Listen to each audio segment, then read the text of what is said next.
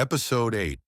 Save starts with Joe, sporting a fresh goatee, meeting Tom and realizing that his friend is dead. His friend tells him that he's being saved.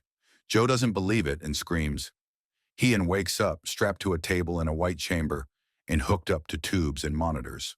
A woman's voice comes over the loudspeaker and tells him that he's out of control and they're going to have to fix the problem. She tells him it's going to hurt. Janet's at the hotel rummaging through Joe's bathroom, trying to figure out how he got abducted. Erica shows up and grabs her, and she is inconsolable about Joe's disappearance, even though he was one of her captors. Meanwhile, in some white chamber, Joe's demanding answers. She gives him two options. Either he rejoins the program or he's done for. She keeps repeating that no one ever leaves the program. Then, re-education starts, and Joe starts remembering the day he met this new group of captives. Tom shows up and introduces him to his so-called new family of prisoners. The night manager walks by, all smiles, saying it's nice to see Joe again. Then Tom takes him to his room, warning him that his heart is going to be the problem this time. Joe sees Janet, unconscious, being dragged to her room as he goes inside. The voice presses Joe, asking if Janet's worth him throwing away the program. She really wants to know, why Janet? What made him turn against them? In South America, Jermaine and Kat go to see Dr. Berrigan. A hospital administrator tells them the hospital denied their request to see Dr. Angela Berrigan. Turns out Berrigan's not a doctor anymore.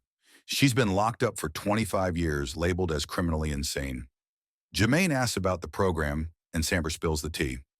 Berrigan used to be in the Peace Corps, but poisoned a town's water supply. After some bribing, they get Samper to let them see her, while the security cameras are watching everything. They visit Berrigan, who's strapped in a straitjacket. She starts rambling, asking to see their scars, talking nonsense about food and imprisonment. Jermaine shows her a picture of Joe, Victoria, and Janet, and Berrigan asks for a churro in exchange for information. Kat drags Jermaine away, figuring they'll get nothing until they go on a churro fetch quest.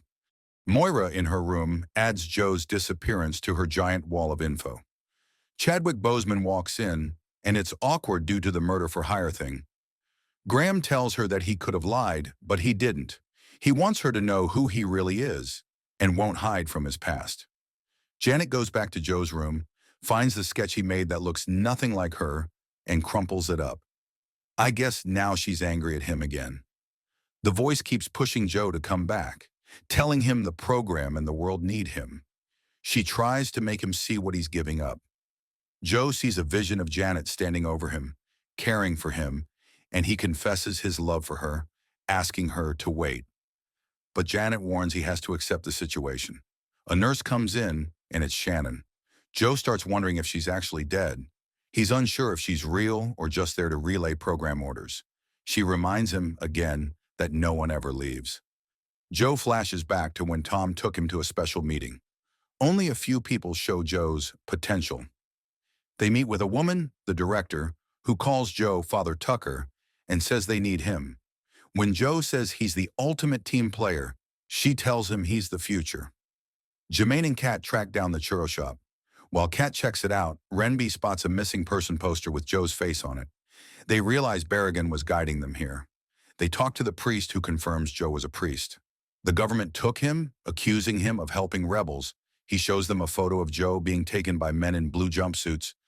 When they show him the photo of Joe, Victoria, and Janet, Luis is certain it's Father Joe. He doesn't recognize the women, but thinks it's a miracle Joe's alive.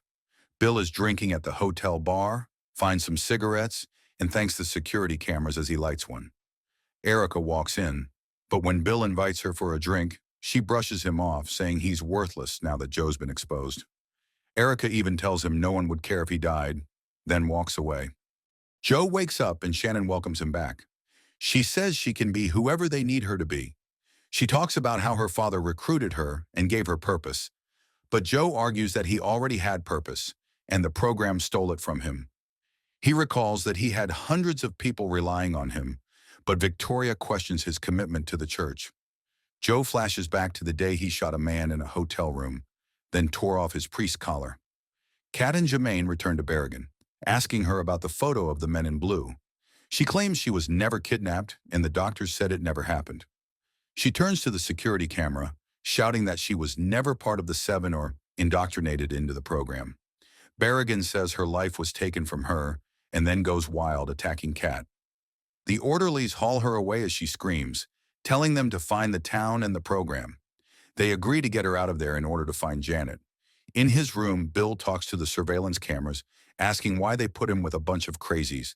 He breaks down, saying they've got it wrong. He has no potential. As he cries, he pleads to go home. Chadwick hears Moira in her room and finds her wiping her wall clean of all her equations.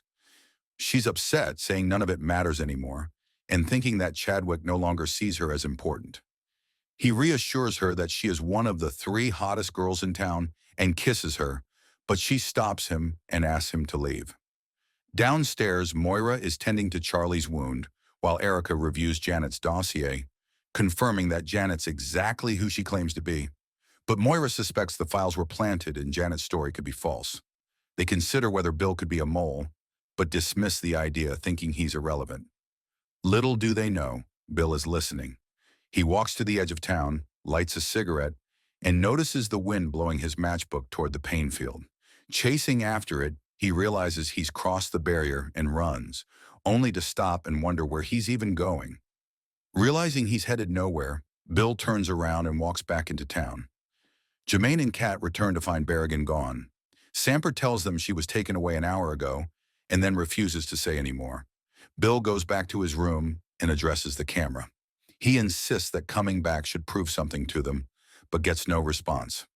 Kat starts to go to the police, but Jermaine warns her against it. He says, apropos to nothing, that he has to go home to be a father for his daughter. Kat, who previously wanted him to take care of his daughter, now insists that they find Janet because Megan needs her mom. Victoria tells Joe that they have his interests in heart. As memories of his life flash before him, he remembers Janet holding a gun on him, and this time she shoots. Joe has a heart attack, and Victoria calls in doctors to revive him.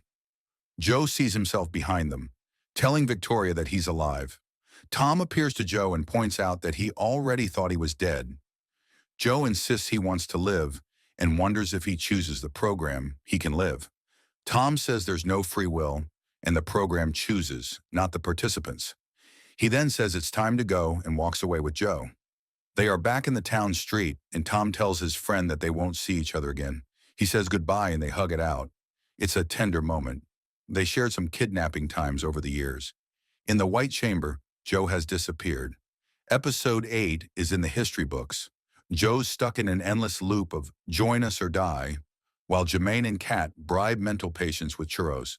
We got to see Bill transform from a jerk to a self-pitying jerk, and Janet's love-hate relationship with Joe continues. Tune in next time if you dare, because clearly nobody's going anywhere.